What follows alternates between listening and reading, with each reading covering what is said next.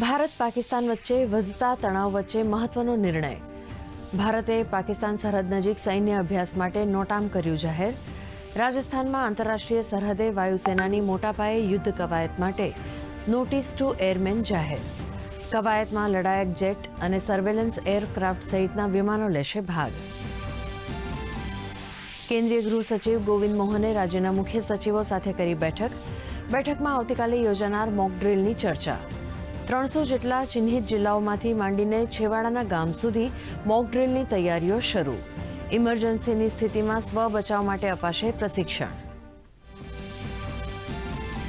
આવતીકાલે સાંજે 7:30 વાગે અંધારપટ સાથે 18 જિલ્લાઓમાં થશે મોક ડ્રીલ. 18 જિલ્લાઓના કલેક્ટર અને અધિકારીઓને વિડીયો કોન્ફરન્સથી અપાયા દિશા નિર્દેશ. ગૃહ રાજ્યમંત્રીએ કહ્યું, આ એક પ્રકારની સુરક્ષા તાલીમ છે, ડરવાની જરૂર નહીં.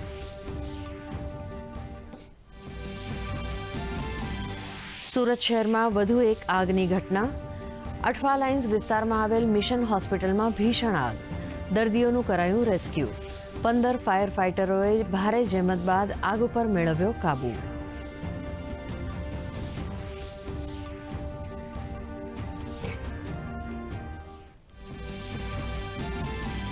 છેલ્લા 2 કલાકમાં રાજ્યના 53 તાલુકાઓમાં કમોસમી વરસાદ. ભાવનગરના મહુવામાં સૌથી વધુ 2.48 ઇંચ વરસાદ, તો અમરેલીના લાઠીમાં 1.85 અને લીલિયામાં 1.30 ઇંચ વરસાદ ખાબક્યો. ડાંગમાં કરા સાથે વરસાદ, અનેક વૃક્ષો ધરાશાયી. રાજ્યમાં 10મી મે સુધી કમોસમી વરસાદનું એલર્ટ. આજે કચ્છ અને બનાસકાંઠામાં અતિભારે વરસાદની, તો મોરબી, સુરેન્દ્રનગર, પાટણ, આણંદ અને નર્મદામાં ભારે વરસાદની આગાહી.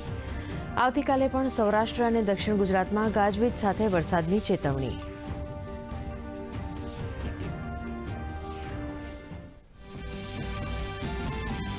$2025માં ભારત જાપાનને પાછળ રાખીને વિશ્વનું ચોથું અર્થતંત્ર બનવા સજ્જ.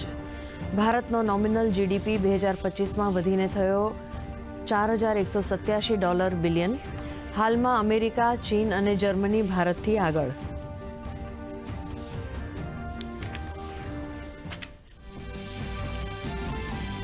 આઈપીએલમાં આજે ગુજરાત ટાઇટન્સ અને મુંબઈ ઇન્ડિયન્સ વચ્ચે મુકાબલો.